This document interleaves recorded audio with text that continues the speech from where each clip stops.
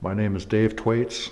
I'm a member at Harvest Bible Chapel in Decatur. About 5 years old, I watched a Christmas cartoon called The Little Drummer Boy, and I can remember it touched me, and I was weeping as Jesus looked up at the little drummer boy and was smiling at him as the little drummer boy was just offering him all he had. It was a song on his drums.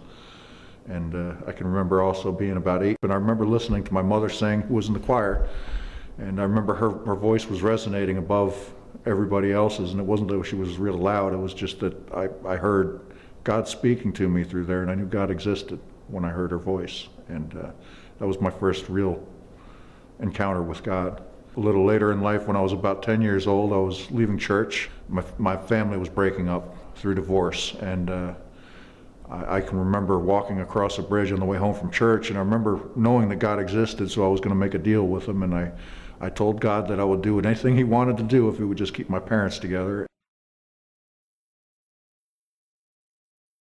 I was institutionalized in a number of different ways, a number of different places as the result of drug and alcohol abuse.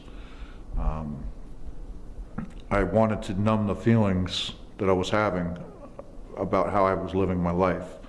The conscience that I had, the consciousness of the wrong that I was living in my life was overwhelming, and the drugs and the alcohol made me feel comfortable. By the time I was 20, I was pretty much a full-blown alcoholic, and I had quit drinking for about 2 weeks, and I had gone through withdrawals, which led to a breakup with my fiance. And I remember walking across a bridge. I was planning to jump off the bridge, and I wanted to try and kill myself. And the thought came to me that God wasn't going to let me die. I didn't jump off the bridge, but I put my arms up in the air and I cursed at God, and I said, "What do you want from me?" And I knew the answer before I even asked the question. And I left there, and I kind of felt like I was changed or renewed. I wanted it. I know I wanted it, maybe more than it actually happened. But I left there thinking still that if I were just a good person and a moral person, it would bring me the things that I thought were important in this world. Marriage and a career and a family and a job. After a number of years, I was achieving those things. I had a career, I had a son, I was married, we had a home, and it all went away. It wasn't overnight. It was a matter of living the life that I thought that I could live outside. I attended church fairly regularly, but I was not committed to anything. And I had this idea that I could live life the way that I wanted to. I could make up the rules as I went along. That went on, the divorce went on. I remember meeting a friend, coming outside of a meeting, Russ, and he was telling me that he was going to help me. He had an idea that he was concerned for my salvation, and we had a real serious conversation about my salvation and what I thought Jesus was and what it meant to me to be saved. And I'd never had that conversation. Nobody had ever really, I'd never been discipled. I'd been by myself making up the rules as I went along, so I didn't need any. And I remember when I was contemplating all these things that my friend had talked about, it brought me to a Bible study, and I met his 2 little girls, Nicole and Danielle, and I think Nicole was about 6 at the time, and she looked at me and she said, "Do you know Jesus?" And I felt kind of half embarrassed and half put off that, somebody that was as godly as I was, or at least I thought I was, would even be asked that question. And so I told her, yes, of course I do. And then her sister Danielle looked at me, and she was about 4. She says, "No, do you know Jesus?" And my heart was torn. I knew that I'd never known Jesus as my Savior. I had known only his teachings, some of what I read in the Bible, what people talked about, but I never had a personal relationship with him. It was about that time I recommitted my life, or committed my life to Christ. I was water baptized. I began doing a lot of Christian type things. I began praying over people that were sick. I had a ministry feeding the homeless down in Wacker Drive. I took a position as a manager at a Christian bookstore. I was doing all the things that I thought I needed to do to propel myself into the kingdom of God, I guess. So while I was working at the Christian bookstore, a young man Trevor came in to the store to sell me a gym membership, and he wanted to put his little brochures on my counter. And as we were talking, I was thinking, boy, this guy'd be a pretty good guy to have work for me. And he seemed clean, and he was well-spoken, and I looked at him across the counter and I gave him the old Danielle Nicole routine. It's like, do you know Jesus?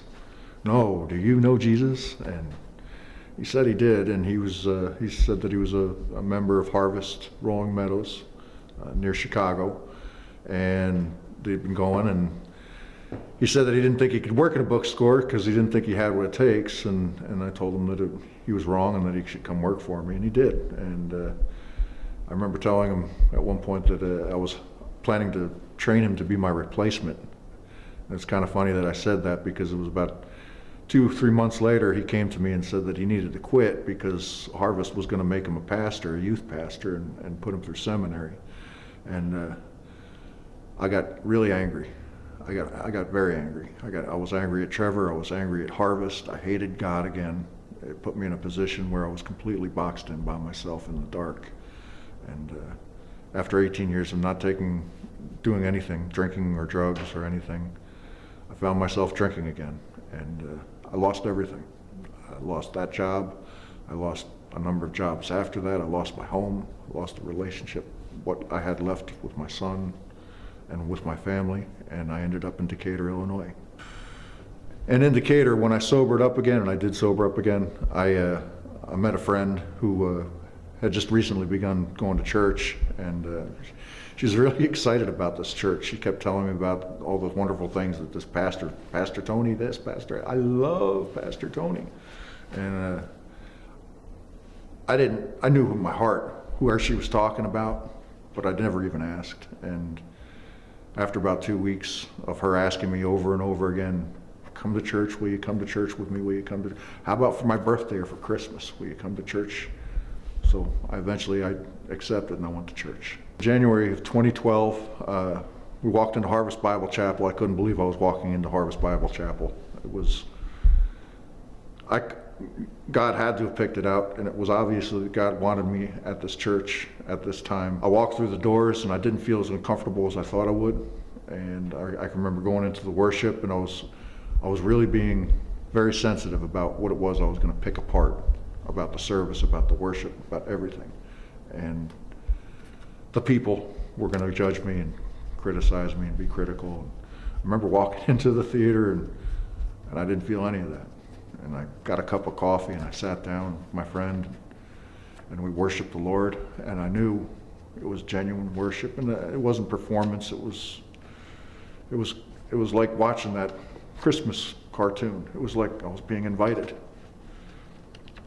to encounter God. And it wasn't the end. I had difficult times. I mean, I remember listening to Tony's, and this is just the first visit, and I remember listening to Tony's sermon. It was like somebody gave him my bio, and he was talking to me. And I remember mention of being a lone ranger and trying to do this thing alone. And I knew all the things that I had in my life that I tried to carry on my own and tried to work out on my own, and none of them worked. I'd never really thought about being a disciple. I always thought of the Lone Ranger. It was the only way I could be dishonest if I was by myself. It was the only way I could live in pride and arrogance and being a part of what's going on at Harvest. From that very first day, I can remember asking somebody to pray for me.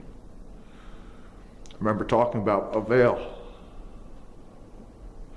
how I'd be on fire for God, and it would slowly, a veil would come across me, and I'd lose interest and focus and attention. And it was Maurice prayed for me and his wife.